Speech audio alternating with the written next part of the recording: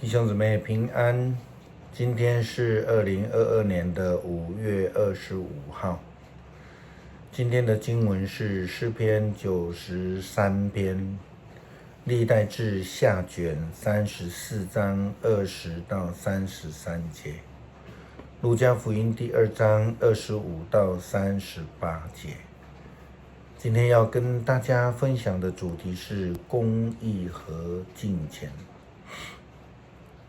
在旧约列王时期，可以说是多事之秋，乃至于到最后，他们就被消灭了。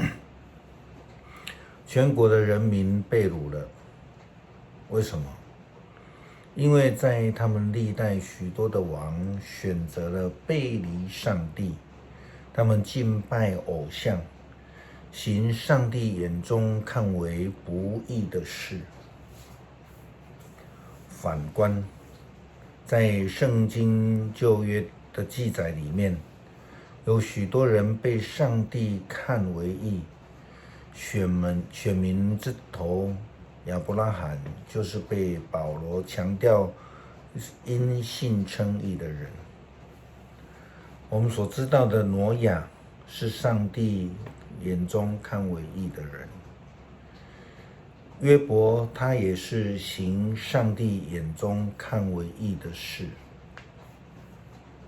以诺因为他的好行为，得以跟上帝同行300年。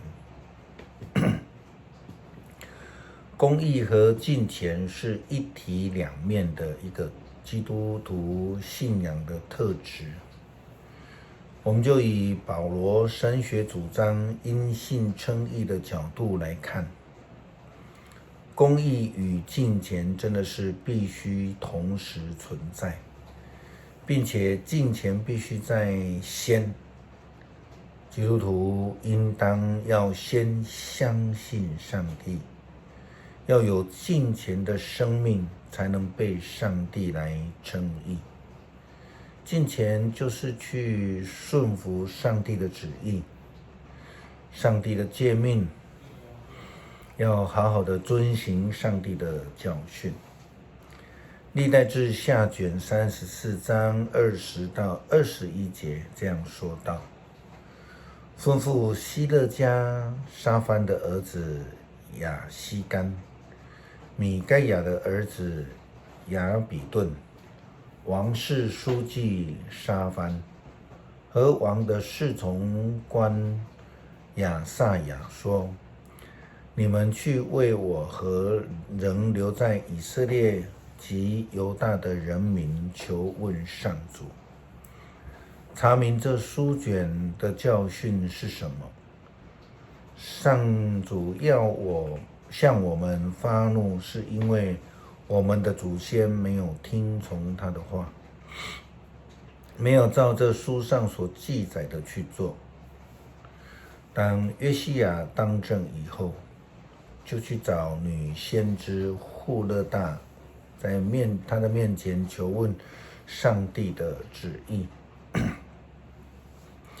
上帝透过先知告诉约西亚王，因为过去耶路撒冷的人民在王的带领之下离弃了上帝，向别的神明烧香，并且自己制造了偶像来激怒上帝。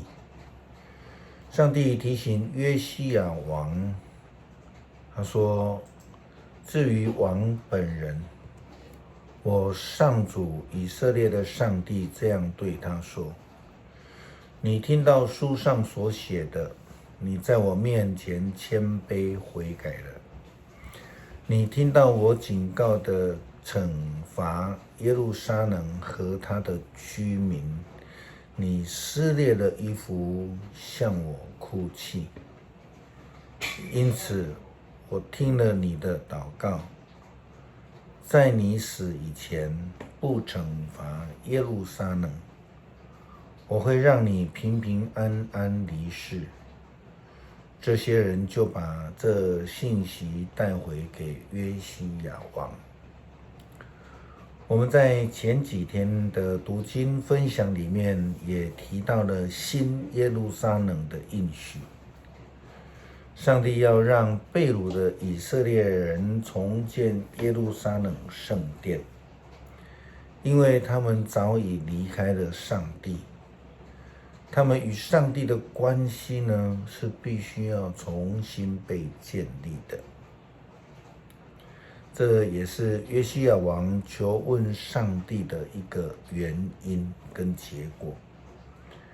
那我们也看到了约西亚王他的决志，他召集了耶路撒冷所有的领袖一起到了圣殿去，他同时也召集了祭司、利未人和所有的其他人民。这些人民包括了无论高官或是平民，贫富都不拘，这些人一起到了圣殿去。他们同时召集了祭司和利未人，还有其他的所有的人民。他们在圣殿里面，重新来敬拜上帝。这个同心敬拜上帝是一个敬虔的表现，是一个信仰群体所必须要去执行的。没有任何的理由可以拒绝敬拜上帝这件事情。圣经说，王站在大柱子旁边，向上主立约，要听从他，一心一意遵守他的法律诫命，并且实行约书上所规定的命令。他使便雅悯人和所有的耶路撒冷的人答应要遵守这约。于是耶路撒冷居民遵行他们和他们祖先的上帝所立的约。约西亚王把境内所有可憎的偶像都拆毁，要以色列人侍奉上主。在他活着的年日，他们忠心地跟随上主，他们的祖先的上帝。因为这样子做，他们才能够看得到上帝的救恩。路加福音第2章25到27节记载，耶稣被父母带到圣殿去献祭。有一位敬虔敬畏上帝的义人，他一直在盼望着以色列的拯救。这位年长的祭司西面，他因为敬虔就得到了圣灵的启示，在他的安息之前，必定要看见上帝的拯救。因此当他看见了耶稣后，他就抱着他祷告说，主啊，你已实现你的应许，如今可让你的仆人平安归去。我已亲眼看见你的拯救，就是你为万民所预备的，他要成为启示外邦的亮光，成为你子民以色列的荣耀。我们看到了敬虔的重要性。不敬虔的人是听不到上帝的启示，领受不到上帝所赐的救恩，无法得到安息。我们知道敬虔其实不是一种敬拜的方式，也不会是一种吵闹的敬拜，不是一种欢乐的聚会，不是骄傲，反倒是一种安静、同心、谦卑、顺服、等候的敬拜，要从内心的敬虔来敬拜上帝。诗篇93篇，上主掌权，他以威严为衣，上主以能力为腰带，大地坚立，不能动摇。上主啊，你的宝座自古坚立，从亘古你就存在。